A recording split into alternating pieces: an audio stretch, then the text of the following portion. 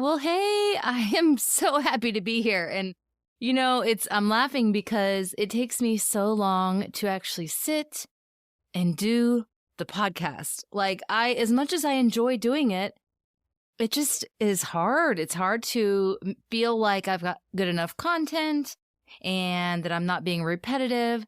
And I just looked it up today. Today will be my 40th podcast, which it seems like a lot more than that. But then there's some women that I follow that are on like their 600th podcast. And I know that the average is I'm above average for hanging in there and doing it, but I'm just not sure I'm going to keep going. I mean, I really like it, but it's a lot of pressure and I don't see the numbers like really climbing, and I'm not monetizing it in any way. I don't really know even how to go about doing that. And maybe once I do my research, I'll be able to pick it back up again.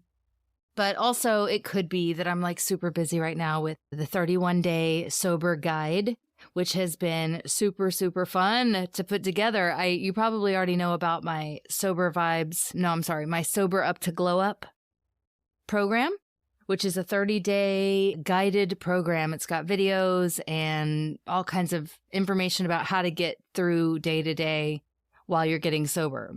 But I wanted to do it in a book form so that people could just download it or even print it. There's a workbook in there and it is awesome. So I have had my head down working on that for a while. So maybe it's just that I'm busy and also coming up with a cold. I have done everything I can to like not get sick.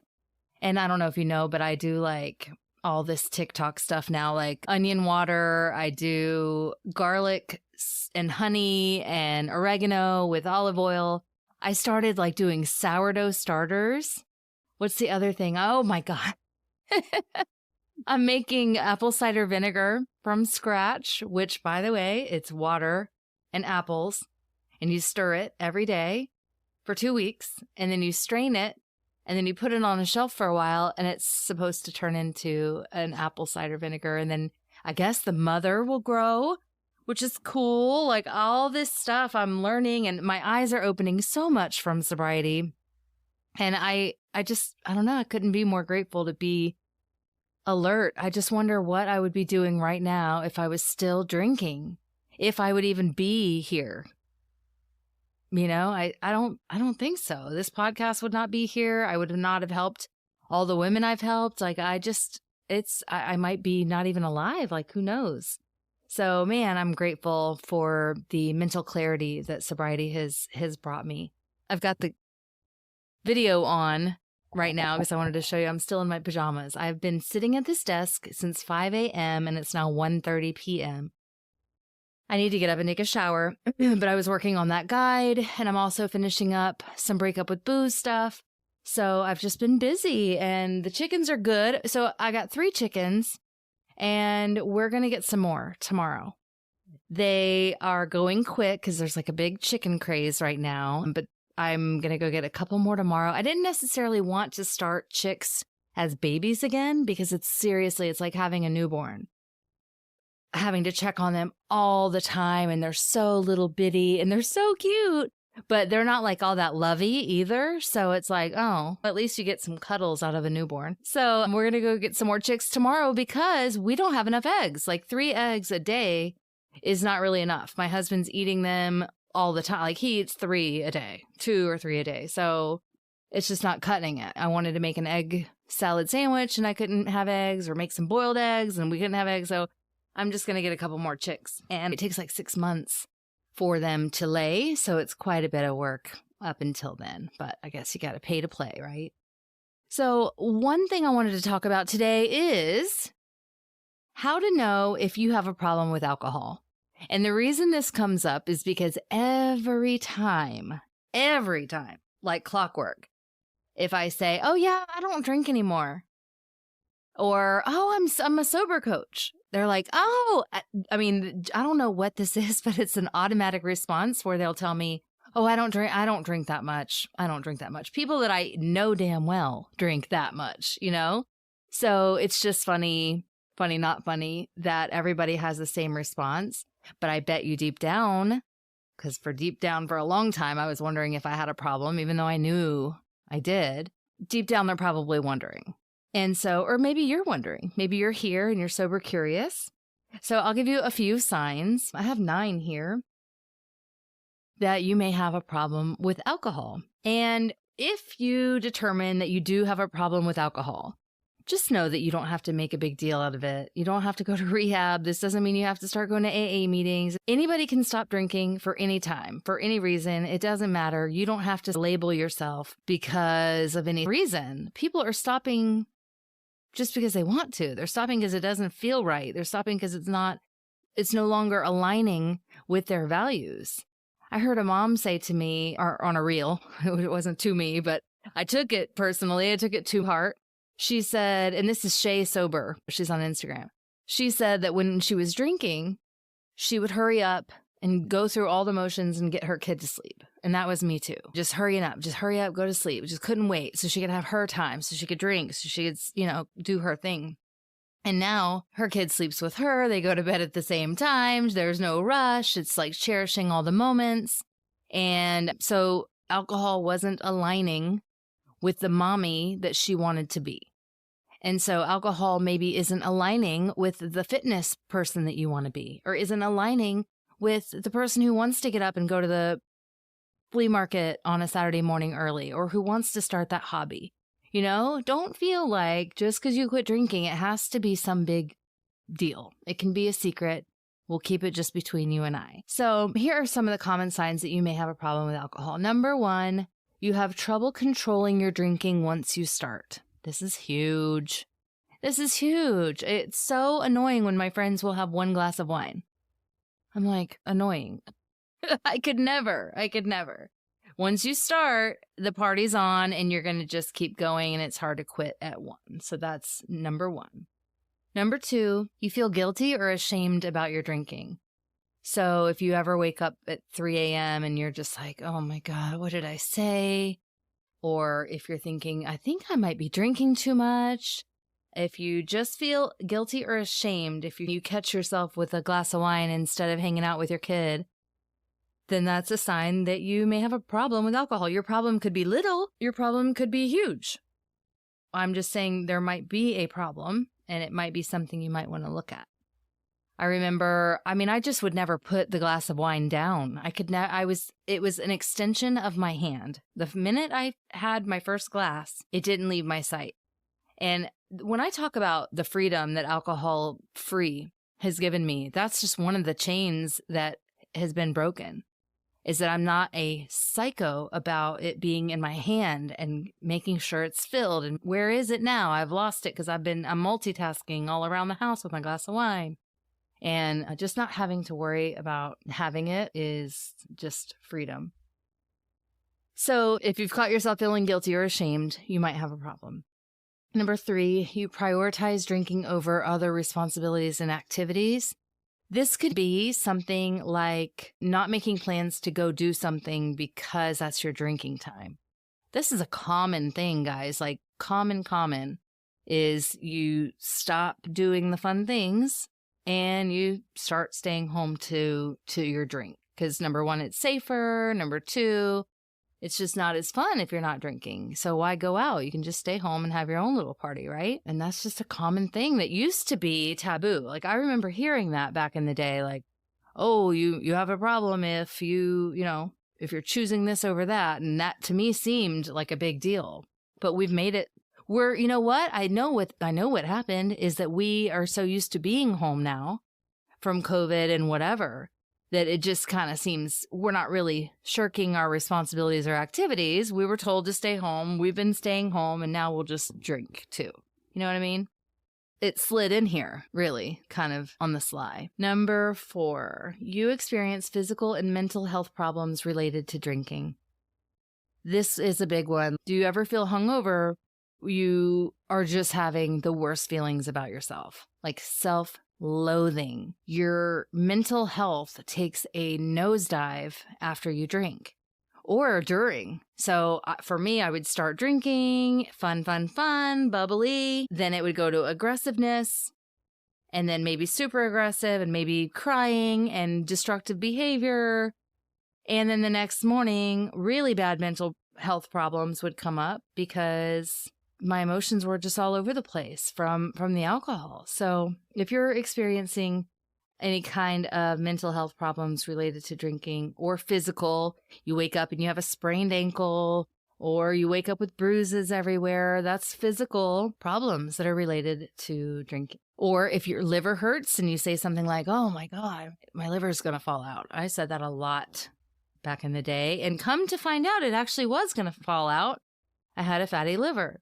So if you're experiencing, don't brush it off like, oh, it's probably not the drinking, because it actually probably is. At our age, it actually probably is. Hate to break it to you, we're not 28. I have to remind myself of that all the time. What else? Number 5, you experience withdrawal symptoms when you stop drinking. Withdrawal symptoms can be as little as just being super anxious and snappy and irritated. That can be withdrawal symptoms. So when you wake up and you're hungover, and the reason you drink again the next night is to calm that down, right? Because you're agitated and irritated and you just need a drink to bring that down. That's not normal. That's not normal. You can be calm without the alcohol, but you got to get the alcohol out of your system first, because that alcohol is getting you all jacked up. And then in order to feel okay again, you have to drink more. That's a problem. That's an addiction. And I was doing it every single night. That's why the first 1 to 3 days are the hardest to quit, because you're just like hurting. You're likely very hungover from that. And then you're just miserable and you need your next drink to feel better. So that can be a withdrawal. I'm not saying you're going to have sweats and delusions and all. You don't have to have high forms of withdrawal for it to be so. You know what I mean? I think a lot of us think, well, I'm not that, because we have this picture in our head, but a withdrawal can just be really, really pissed off throughout the day waiting for your next drink. Or I know people that are only happy when they're drinking. And that becomes a real thing. I know you think that it wouldn't happen to you, and this is how you are as a drinker, but it really does escalate. So watch out for that, because, you know, and that's kind of the withdrawal thing. You're just miserable until you have another drink. And then when you do, you're fine. And then you're pretty miserable very shortly after that. So it's just that's a nightmare of a cycle. Number 6, you continue to drink despite negative consequences, such as relationship problems or financial issues. I have a friend who, when I first met her, she's another chicken mom. I don't know if she's listening to my podcast or even knows they exist. I met her and I told her I was a sober coach. She told me she didn't drink that much. So I was like, oh, like I still believe people. I really do. I'm like, cool. Yeah, you're a non-drinker. But anyway, then just like a couple of days ago, she said her and her husband decided to quit drinking altogether because they were getting in fights. And the only time they ever fought was when they were drinking. My husband had to just walk on eggshells all the time. He never knew who he was going to come home to because he works at night. So he never knew what he was going to get. And neither did I. I could never promise. If I'm drinking, there is no actual guarantee how things are going to go. And then financial issues. I mean, the DUIs that I've had, I didn't have the money for one $10,000 DUI, one $15,000 DUI, or all of the other added expense that came with getting those DUIs. Not to mention the money I spent on actually drinking. So at my 500-day sober mark, my app told me that I had saved $5,000. I don't believe that for a second. That was the lowest amount possible because I just typed in that I spent $10 a day on wine, and that was my normal wine. But that was not including when I went and got those Mega Merlots, or when I went out to a friend's house, or the Sunday brunches, or the nights out, or the all-you-can-drink days, or, you know what I mean, beach trips with the girls, or any of that, when we were just, or Christmas or Easter, birthdays, we just loaded up on alcohol. And I don't know how I ever had the money for that. I have saved so much. It says $5,000 I've saved in 500 days. But like I said, I think it's been more than that. So the financial issues, if you take a look only at what alcohol has cost you, you will be shocked. People think they don't spend that much, but when I walk them through it, on a coaching call, they're shocked. So yeah, number 7, you need to drink more to get the same effects as before. Well, that slips up on you so quickly.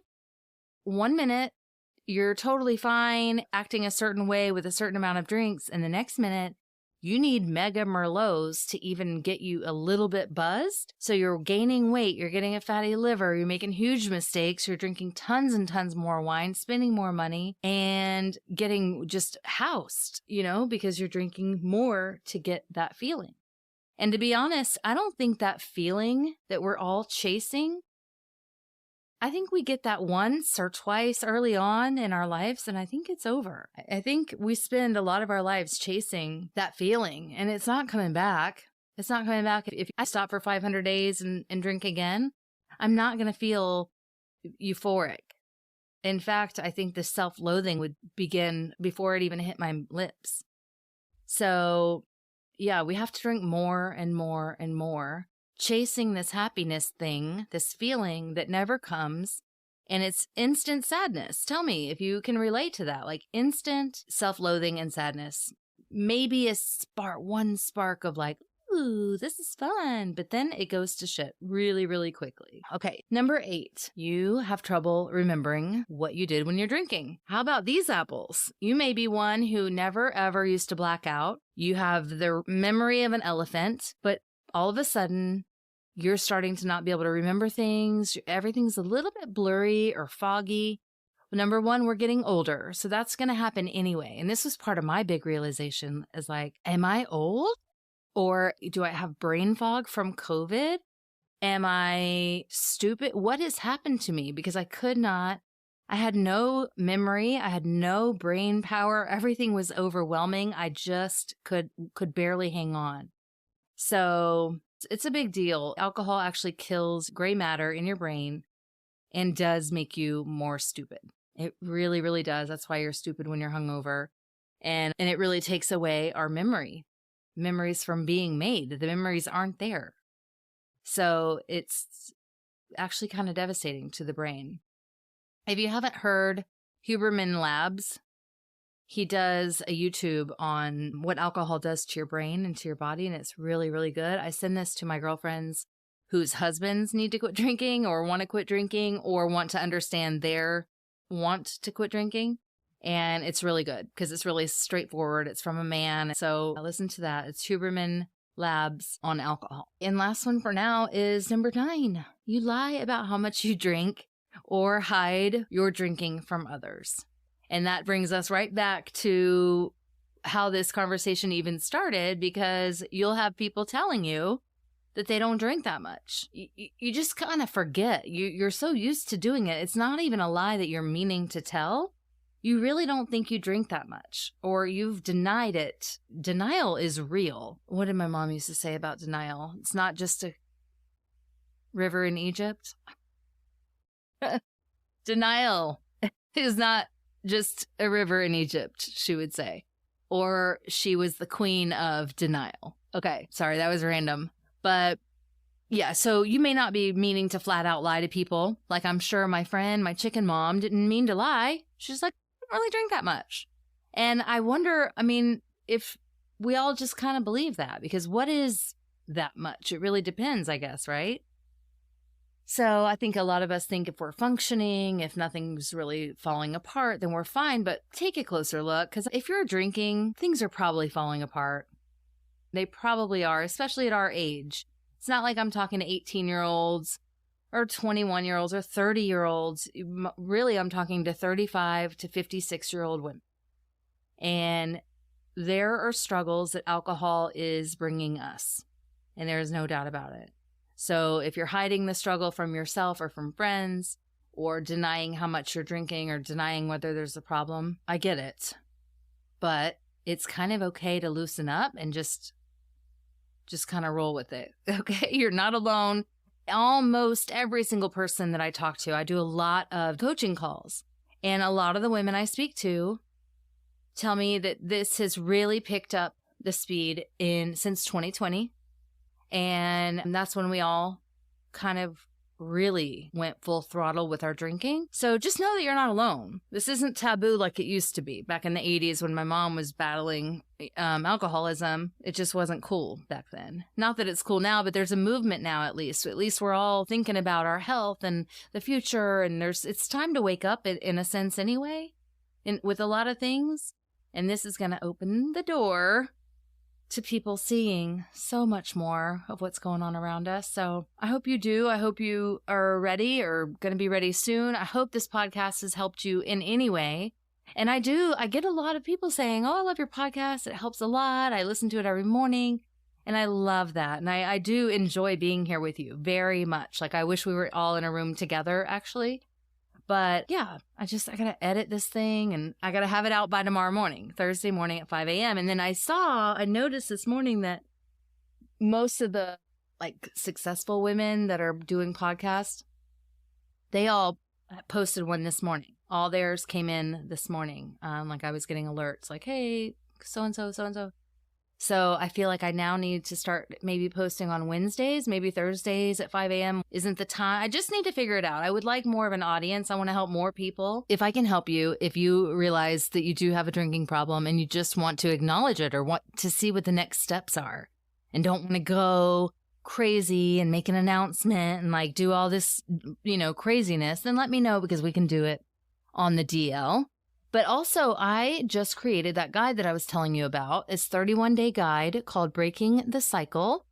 And it's literally walking you through day by day for 31 days. There's challenges. There's call to actions. It's super interactive.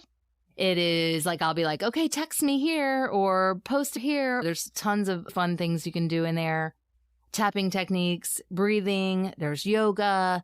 And then there's a workbook in the back. So you can write your goals. You can track your triggers. Oh, there's a place where you can sign a contract to yourself. It is just freaking fun. I put a lot of work into it and I love it. And so you can print it or you can just get a PDF version of it.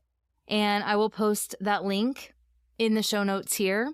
And if for some reason you can't figure out the link or whatever, just text me and let me know. Let me give you my text number too real quick. You can text me at 352-593-9233.